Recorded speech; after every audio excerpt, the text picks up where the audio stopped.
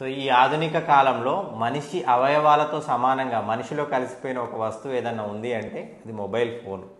ఈ మొబైల్ ఫోన్ని మనం కరెక్ట్గా యూజ్ చేయకపోవడం వల్ల మనకి మెడ నొప్పి, నడుము నొప్పి బాగా పెరిగిపోయాయి. సో దీన్ని ఎర్గోనమిక్స్ అంటారు. అంటే ప్రాపర్ వేలో మొబైల్ని పట్టుకొని యూజ్ చేయాలి. దానివల్ల మన మస్కులోస్కెలిటల్ ఇంజురీస్ తగ్గుతాయి, మన ప్రొడక్టివిటీ పెరుగుతుంది, మనం కంఫర్ట్ జోన్లో ఉంటాం. సో ఈ మూడు చూసుకునే విధంగా మొబైల్ని వాడాలి. ఇప్పుడు ఫోన్ ఎవరైనా వస్తే ఇగో ఇలా పెట్టి మాట్లాడతారు, ఇది చాలా డేంజర్. ఈ విధంగా మాట్లాడకూడదు. రెండవది ఇగో ఇలా పెట్టి చూస్తారు, ఇలా గంటలు గంటలు ఇలా ఇలా ఇలా అనకూడదు, ఇది డేంజర్. ఈ పోస్టర్లు చేయకూడదు. పడుకున్నప్పుడు నేను మళ్ళీ ఎక్స్ప్లెయిన్ చేస్తాను. కామన్గా ఫోన్ ఎలా చూడాలి, ఇదిగోండి ఈ విధంగా చేతులు, ఈ దండ చెయ్యి శరీరానికి దగ్గరగా ఉండి ఇక్కడ సపోర్ట్ చేయాలి, ఎల్బో అనేది ఇలా చూడాలి, ఇలా చూడాలి, ఇలా మాట్లాడాలి. ఇలా చూడకూడదు, ఇలా చూడాలి, ఇలా మాట్లాడాలి.